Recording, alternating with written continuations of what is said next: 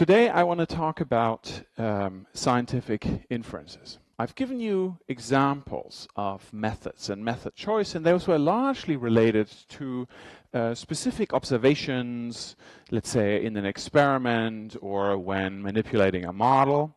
But that's really only one part of science. Science is not generally interested in the particular, but scientists want to generalize. They want to say something beyond the particulars that they observe and predict or new phenomena or explain phenomena that they didn't directly investigate.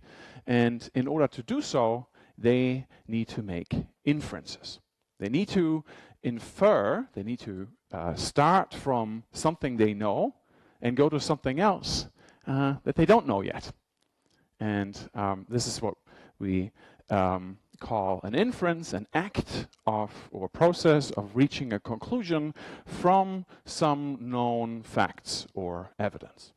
Think of this as a simple relation between what we call a premise and a conclusion. But the important thing here is to see that this is sort of the scheme that helps us to understand what inferences generally are. However, there are many different kinds of inferences, and there are even more specific inferences or inference rules. And this is what I want to talk about, because once we have a lot of different inference rules that we could use, we have to make a choice. And again, here we are going back to the general theme of method choice. We have a menu of methods to choose from, and we have to justify which of these methods we are choosing.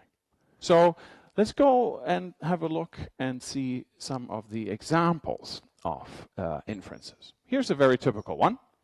You sample a number of objects, and let's say you're interested only in one property, whether they're red or black, and then you observe that there's with a certain frequency that there are red objects, and then you say, okay, so now I have my finite sample, in this case 9 individuals, and now I want to say something about the larger population from which I took the sample. And I'm making an inference that because 1/3 of the sampled objects were red, therefore in the population I'm concluding that there are about 1/3 of all the balls or all the objects are red. This is what we call a direct inference. So it's one type of inferences that we can distinguish from other types. For example, this one. Here we're also observing a number of objects, in fact, say 9 objects, let's say they're all red, but now we're not talking about the underlying population, but we're saying, okay, maybe we observe those in a sequence, and now we say we've observed 9, and the 10th, therefore, will also be red. In this case, we are projecting. We're projecting what we have observed onto future cases that we consider to be of the same type. It's another form of inference. And then, of course, we have this kind of inference, where, again, we're making a finite number of observations, but now we're not inferring to a population nor to any particular novel token, but rather we are inferring to a general claim. Like, for example, a hypothesis about all objects of this type that we've just observed, and we say because we've observed a finite number of them, therefore we conclude that all of them have this property of being red. And that's what we call a generalization. Now, these 3 types are sort of somewhat similar. They all start out with observing a finite number of objects and then making a number of different inferences towards conclusion about objects of this type. But I want to also show you a couple of different examples of inferences. For example, when we start out with a number of assumptions, This is something that you certainly do in mathematics, but you would also do this, say, in more axiomatically minded sciences like in physics or maybe also in economics, where you say, okay, I'm assuming these initial assumptions or axioms, and I'm also assuming, and this is important, this form of conditional claim. So if a number of assumptions are true, then the theorem is true. Because I'm assuming that, I am then inferring that in fact the theorem is true. Note that in my premises here, the theorem doesn't the acceptance of the theorem, the truth of the theorem doesn't explicitly show up. So this is not trivial. I'm still making an inference towards something, even though you might say, well, this is near obvious. That's what we call a modus ponens. It's a standard type of inference in propositional logic. And here's another one, which is very important for us when we later on discuss falsification. So here we take the modus ponens and basically invert it. So we say, well, we start out with this conditional.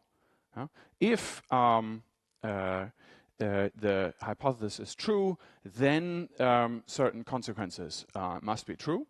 And then we observe that the consequence is false. And thus, we infer that the hypothesis must be false. That's what we call a modus tollens.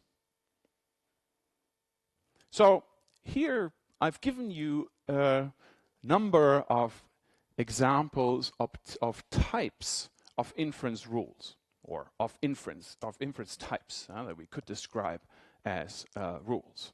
And as I said, some of them have some similarities, like the first three, but they all stand for, and I'll argue more about this later, they all stand for a large number of particular inferences. But let's first get a little order in this. So the first three types of inferences are inductive. And they're inductive in the sense that they amplify knowledge. And here, amplification, sort of strengthening, boosting, other similar terms mean that we extend the knowledge that we have in the premise to something beyond itself. So we're observing a certain number of individuals, and then we're making claims about new individuals that weren't actually in the original premises. And because we're amplifying in this way, we're also running the risk of making an error, of making the wrong kind of conclusion. It cannot be excluded in any of the amplifying inferences that we might be wrong. So it's not about certainty, but it's about minimizing error. And this is what a lot of the discussion about what good inference rules are versus what bad inferences rules are is about. In contrast to that, deductive inferences are not amplifying. Instead, they are explicative, or they explicate knowledge. So the idea is that in the premise, all the information is already contained. When you're making a deductive inference rule, you're just sort of basically tickling that out. You're unpacking it. Think of the modus ponens example where I said, well, there are a number of assumptions and then there's the conditional in there. But some of you might have said, well, this is already trivial, right? It's obvious that therefore the theorem must be true if I'm making all these assumptions. But this trivialness, in a way, is the strength. And in any way, it's certainly the character of deductive inference. Namely, it only unpacks what is already at least implicit in the premises. And the good thing about this is that if you're explicating a premise and you're doing that with a valid rule, then you can't go wrong. Deductive inferences are truth-preserving. They ensure that, valid deductive inferences ensure that the conclusion is always true if the premises are true. And that distinguishes them from inductive inferences, which can be fallible.